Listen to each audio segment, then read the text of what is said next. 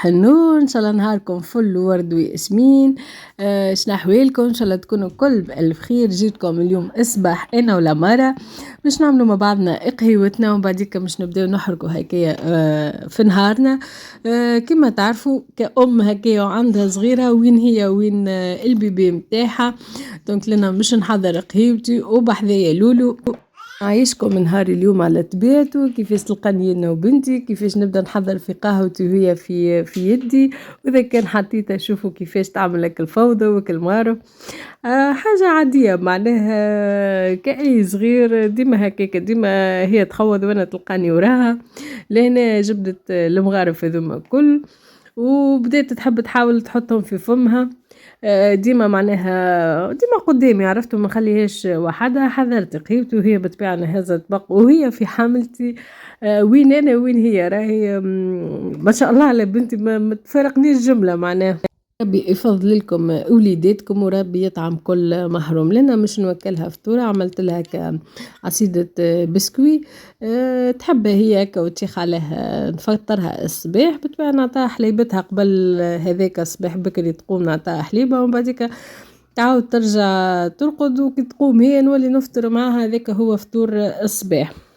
ولهنا ما نعرفش شكون كيفي هكايا مازال يعملها الحاجه هذيا ولا انا نشيخ عليها وتعجبني، سوى البشكوت العادي متاع العيد متاعنا هذاك متاع الدار، والا هكايا بسكوي معناها سوى البسكوي هذايا، والا اي نوع بسكوي اخر، خاصه شوكوطوم ياسر يعجبني وبنينه كيا مع القهوه بن على بن.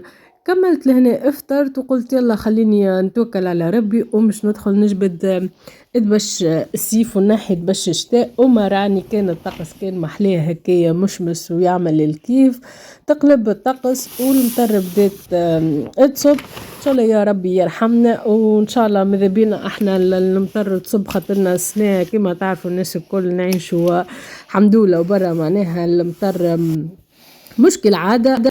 ما قد ما تصب قد ما احنا نفرحوا، خلي الزدود متاعنا تتعبى، خلي الماء يرجع مريقل، خلينا يدخل علينا سيف وسخانة. واحد ما ينجمش الحق يقعد كل مرة يتقص عليه الماء. ان شاء الله يا ربي يرحمنا، ان شاء الله يا ربي يرحمنا، وان شاء الله بالغيث النافع يا ربي. لهنا اجبت السكانة متاعي حتى فيهم تبش السيف، لهنا حطيتهم في المارو. الحق في بالي مش نبدلهم السكان هذوكم وكل، لكن الله غالب معناها ما خرجتش كما تشوفوا الطقس لهنا ما شاء الله المطر.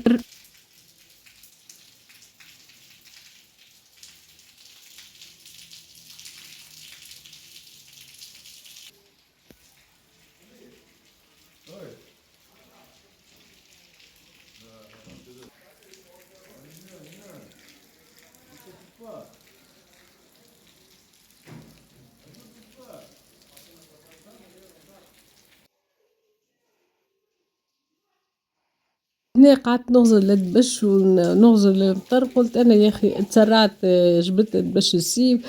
برطولة يمت اللي فاتت ما شاء الله كانت سخونة هكايا بالكدا، اما قلت يلا انا جبتهم ساي معناها مطرة وتتعدى ربي يرحمنا.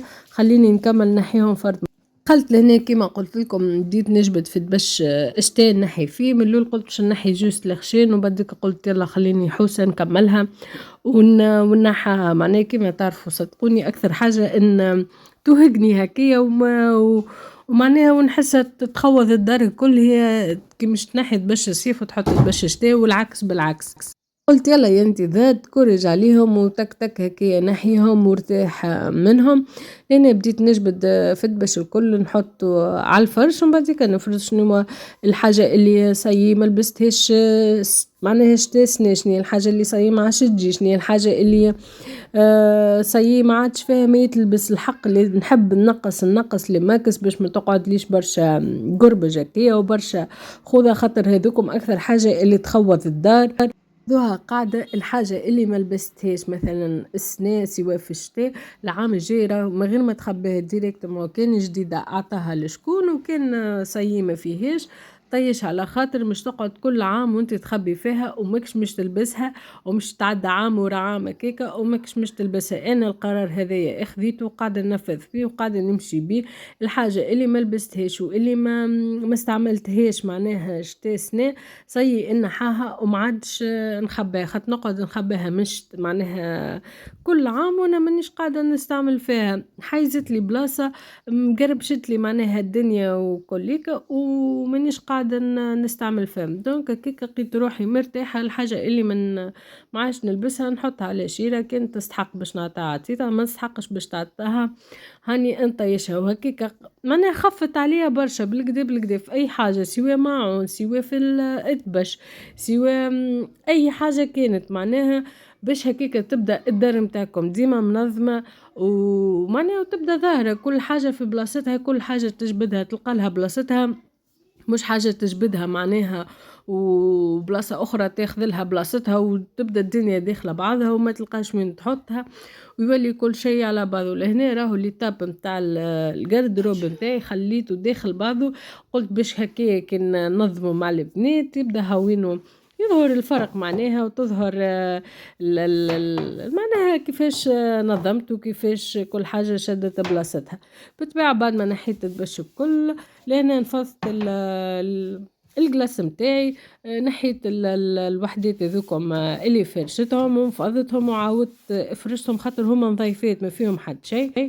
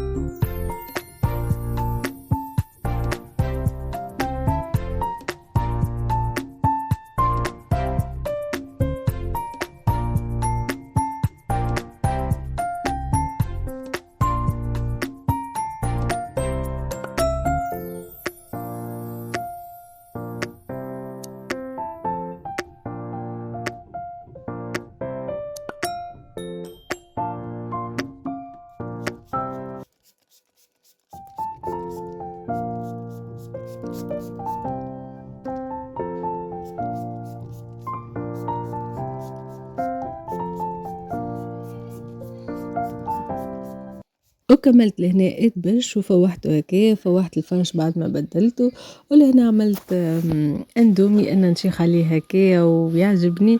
قلت يلا قبل ما نحط الفطور الحق معناها حبيت نعمل تحريشة صغيرة وحبيت نعملها بالاندومي، ثم اللي يحبوا ثم اللي لا. ونحس روحي كي ناكل الاندومي هكايا وبالعصير هذوما نحس روحي كليت حاجة كورية، وتعجبني الماكلة متاعهم نعشكم كيفي. حسيت روحي عشت الدور بزيد. دونك عملت تحريشة لهنا خفيفة، ومن بعديك تعديت مش نركح الفطور متاعي. شي حب مخر شوية هو حطيته، وما ذاك هو عرفته واحد كي يتحل في حوسة خاصة يخمل معناها الادبش يلقى روحه في باللي يحاول انه يضبط روحه في الوقت ديما يلقى الوقت غاسره. عملت لهنا روز جربيح، قصيت زوز سنون سناري، حطيت البصل، حطيت سلق، حطيت معدنوس، وحطيت تريفات هكايا دجاج قصيتهم، فوحت شوية ملح، شوية كركم، شوية فلفل أكحل، شوية فاح مخلط تابل وكروية. حطيت سكنجبيل، نحب معناها في الدجاج ديما نفوحه بشوية سكنجبيل، زعتر إكليل، وحطيت معاهم مغرفتين فلفل أحمر هكايا حبيته حار وأسود. وتنجموا تزيدوا هريسة عربي كان تحبوه حار بزيت. حطيت ملح، حطيت نعناع شايح، ونحط ورقات رند، نزيد زاد سنينات ثوم، ونزيد شوية زيت نباتي. نخلط كل شيء مع بعضه ويكون المقفول حطيته معناها حتى الماء متاعي يسخن، وكي يبدا يغلي الماء ما تحطوهش على الماء بارد. وحطيت بالطبيعة حمص، والا تنجموا تعملوا جلبانة، انا لنا عندي شوية شوية حطيت هكا وهكا. تنجموا تعملوا حمص هكا هو الا جلبانة هكا، وزدت معاهم مغرفتين هكايا عدس. بالنسبة لي أنا الرز جربي نحط معاه معناها أي حاجة نعرف ما يحبوهاش برشا نحطها، كيما العدس، كيما كان يبدأ عندي سبناخ زادا نحط. أولا يبننوا حاجة بنينة ومطوب فيها حاجة منفعة معناها. كيما تشوفوا لهنا حطيت الماء يغلي غلي، مش نحط هويكا الرز متاعي يفور. كيما تعرفوا الرز الجربي يشد وقت معناها، هذاك واحد عمل تحريشة هكيا باش ما يقعدش من بعديك معناها الفطور مش يبدا مخر، فهمتوا. وليت ركحت معناها الفطور في عقلي، وقلت يلا خليني عندي طريف معه، قلت خليني نكمل نغسلو نحي الحوسه الكليكا. كون هكي كملت، ارتحت من الحوسه كل وركحت دنيتي. كملت بعد المعونة ذي عملت قهوة، قلت يلا بعد تعب متاع نهار اليوم كما تشوفوه كيف تعدي لي كله كرفي حسي. انا بالنسبة لي معناها جبدين البش الصيف وتخبيط الشتاء ياسر ياسر نحسه ياخذ برشا جهد وبرشا تعب وكل. اما الحمد لله كمل ارتحت منه، وقلت يلا خليني نركش نعمل قهوة شوية ونتفرج في مسلسلي، ويكون هكا اكمل نهاري معاكم. ان شاء الله يكون عجبكم، وان شاء الله نكون خفيف الظل عليكم. ما بقى لي كان نقولكم نحبكم برشا، نتلاقاو ان شاء الله في فيديو اخر وبوصفة جديدة بروتين جديد. نحبكم برشا، ما تنسونيش في اللايك راهي تشجعني وتخليني نرجع لكم ديما بجديد وبسهل. وكان جربتوا روسيت من روسيتاتي ما تنسوش تبعثوا لي على باج فيسبوك نفس اسم القناة شافة ددو، والا على جروبنا كوجينا ددو. مرحبا بكم الناس الكل، نفرح برشا راهو كي تبعثوا لي تجاربكم، كي تشجعوني بالكلمة الحلوة وتدعموني، راهو يخليني ديما نقدم وديما نكون موجودة معاكم. نحبكم برشا وبسلامة.